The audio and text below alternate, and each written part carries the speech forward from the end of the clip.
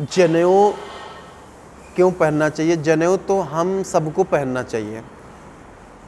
ये लोगों ने जातिवाद बना दिया है, परंतु हमारे जो धर्म है, सनातन धर्म में भगवान कहते हैं ब्राह्मणोस्य मुखमासीत बाहुराजन्यः कृतः ऊरु तदस्य जद वैश्यः पदभ्याम गुंशूद्रो अजायत। जो भगवान का विराट स्वरूप था ना, उसके मुख, उस भगवान के विराट स्वरूप से ब्राह्मण की उत्पत्ति हुई है। भगवान का जो विराट स्वरूप था, उनकी भुजाओं से क्षत्रियों की उत्पत्ति हुई है, और हृदय से, जो भगवान का हृदय था, हृदय से वैश्य आदि की उत्पत्ति हुई है। पदभ्याम शूद्रो जायता, और उनके भगवान के चरणों से शूद्र की उत्पत्ति हुई है। इसलिए 4 वर्ण थे, ब्राह्मण, क्षत्रिय, वैश्य और शूद्र। चारों धर्मों को आदेश था यज्ञोपवीत धारण करने का। यज्ञोपवीत हम क्यों धारण करते हैं?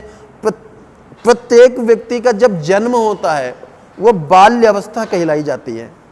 बाल्यावस्था के बाद पहले की प्रथा थी कि फिर गुरु जब बाल्यावस्था से थोड़ा सा बड़े होते हैं, जब विद्या अध्ययन के लिए फिर हम गुरुकुल जाते थे, तो गुरुकुल में पढ़ाने के पहले वहाँ पर यज्ञोपवीत संस्कार किया जाता था। यज्ञोपवीत के बाद ही हम द्विज कहलाते थे, द्विज के बाद ही हम विद्या अध्ययन करते थे। परंतु महाराज, आजकल धर्म के ठेकेदार हो जाने के कारण, भ्रांति संप्रदायों के ठेकेदार हो जाने के कारण हमने यज्ञोपवीत पहनना छोड़ दिया है। यज्ञोपवीत को हम पाखंड समझने लगे हैं। इस वजह से यज्ञोपवीत कोई महाराज पहनता नहीं है। परंतु यज्ञोपवीत पहनने वाले व्यक्ति को कभी भी हार्ट अटैक जैसी बीमारियां नहीं होती महाराज। यज्ञोपवीत हमारे वैदिक रीति का नियम है। और आपको बता दें, यज्ञोपवीत हमारे दाहिने बाएं कंधे पे होता है, और जब हम मलमूत्र आदि का त्याग करते हैं तो हमारे ऋषि मुनि कहते हैं, हम लोग पालन करते हैं कि हमको दाहिने कान में 3 बार लपेटना चाहिए। और हमारे जो कान में जो एक नस है वो सीधा मूत्र की नली में विकसित है, वो गई हुई है। साइंटिस्ट भी मानता है इस बात को। तो जब हम खड़े होके पेशाब न करें, हमारे सनातन धर्म में कहता है कि हमेशा हम बैठ के करें, क्योंकि जब हम खड़े होके या किसी भी यूरोलॉजी डॉक्टर से आप मिलोगे तो वो अब समझ पाया है, बल्कि हमारे सनातनियों ने पहले ही बता दिया था।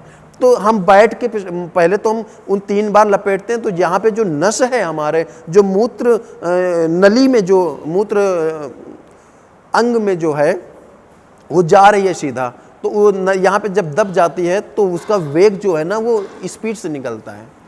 उसमें पहली बात तो वो होता है। दूसरी बात, खड़े होकर करने से हमारे जो अंदर की जो नाड़ियाँ हैं ना वो स्थूल होती है, वो कमज़ोर हो जाती हैं, इसलिए हमेशा बैठ के करना चाहिए। तो सनातन धर्म महाराज जो भी कहते थे, पहले हमारे जो पूर्वज थे वो पढ़े लिखे बिल्कुल भी नहीं थे, परंतु ज्ञानवान बहुत थे। आज के लोग पढ़े लिखे तो बहुत हैं, विद्या अध्ययन बहुत कर लिया, सारा कुछ, सारी सुविधाएं भी एकत्र कर ली, परंतु सनातन धर्म से दूर हो रहे हैं, शास्त्रों से दूर हो रहे हैं। इस वजह से वो दुखी हो रहे हैं महाराज। आज आप 20 साल पहले जाओ, ज़्यादा नहीं कह रहा हूँ, सिर्फ 15 साल पीछे जाओ, तो 15 साल के पीछे जो जाते हैं ना महाराज, तो पहले के लोग भले पैसे ज़्यादा नहीं कमाते थे, ज़्यादा सुविधाएं भी एकत्र नहीं कर पाते थे, परंतु शांति रहती थी महाराज, सुखी रहते थे। क्यों? क्योंकि सनातन आज भी गांवों में कहीं ना कहीं वो पालन करते हैं उन चीज़ों का। हम शहर में आके अपने आप को धनवान समझने लगते हैं, और फिर आज बीमारी ग्रसित हो रहे हैं महाराज। सबसे ज़्यादा कोई भी विपत्ति आती है ना, आपदा विपत्ति आती है, सबसे ज़्यादा शहरों से आदमी मरते हैं। क्यों? क्योंकि खान पान तो हमारा दूषित हो गया, सनातन धर्म का पालन कर नहीं रहे हैं। ऋषियों के द्वारा जो बताए गए धर्म साधन है उनको हम पाखंड समझने लगे, यज्ञोपवीत को पाखंड समझने लगे, शिखा को रखना पाखंड समझने लगे, तिलक लगाना पाखंड समझने लगे, तो महाराज इसका उपभोग भी हमें ही भोगना पड़ेगा। हमारे पूर्वज 100 साल तक जीते थे, हम 50 भी क्रॉस नहीं कर पाते हैं। 20 साल के, 18 साल के, हम कहते हैं 7 साल के लड़के को शुगर हो रहा है महाराज। कारण खान पान दूषित हो गया है। पहले रोटी हमारे यहाँ आज भी पहले रोटी बनती है तो पहली रोटी गाय के लिए जाती है, लास्ट रोटी कुत्ते के लिए जाती है, श्वान के लिए जाती है, परंतु आजकल हम ये प्रथा भूल गए महाराज।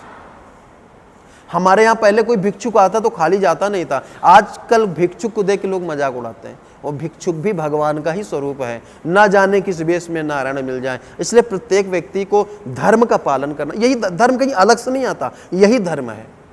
शास्त्रों की बात का अनुमोदन करना, शास्त्रों की बात को मानना, यही धर्म है। और देव शिखा रखना, सुस्ती तिलक करना। हमारे महाराज आज लेडीजें देखते में माताएं हमारी बिंदी लगाना छोड़ दी हैं। महाराज शक्ति का जो, आज मैं आपको बता दूं, शिव पुराण के अंतर्गत शक्ति का जो प्रादुर्भूत हुआ है आदि सृष्टि में, पहले जब नारी शक्ति, जब भगवान ब्रह्मा जी मैथुनी सृष्टि आरंभ किए हैं ना, तो जो शिवा और शक्ति दो हैं, तो शक्ति के मैथुनी सृष्टि करने के लिए शक्ति के भौहों के बीच से इतना तेज होता है, जो नाड़ी होती है ना यहाँ पे माताओं के, उसमें बहुत तेज होता है महाराज। माताओं के नहीं, सबके प्राणियों के। हम तिलक यहाँ पे क्यों लगाते हैं? क्योंकि यहाँ पे जो नाड़ी होती है ना, ये बहुत तेज होती है। इसको शीतल करने के लिए हम बिंदी लगाते हैं और यहाँ पे चंदन लगाते हैं, परंतु माताएं आजकल नहीं लगा रही हैं। उसका आपके सामने ही है महाराज। हम बहुत विचलित हो रहे हैं, धर्म से विचलित हो रहे हैं। कहाँ जा रहे हैं, किस ओर जा रहे हैं? ज़्यादा पैसा कमा लेने से आदमी बड़ा नहीं हो जाता महाराज, परंतु इंसान अपने धर्म और कर्म से बड़ा होता है। पैसे कमा लेना कोई बड़ी बात नहीं है। प्रारब्ध में अगर आपके पैसा, तो आप कुछ अनायास ही आपके प्रारब्ध में आ जाएगा, परंतु यदि आप धर्म से हट गए ना, तो आप न यहाँ के रहोगे और न वहाँ के रहोगे, फिर 84 लाख में चक्कर काटने पड़ेंगे महाराज। इसीलिए प्रत्येक व्यक्ति को गीता जरूर पढ़नी चाहिए। गीता हमें जीना सिखाती है, गीता हमें कर्म सिखाती है, गीता हमें क्या करना चाहिए क्या नहीं करना चाहिए ये सिखाती है। इसलिए प्रत्येक व्यक्ति को गीता अवश्य पढ़नी चाहिए। जय श्री कृष्ण, जय श्री राधे।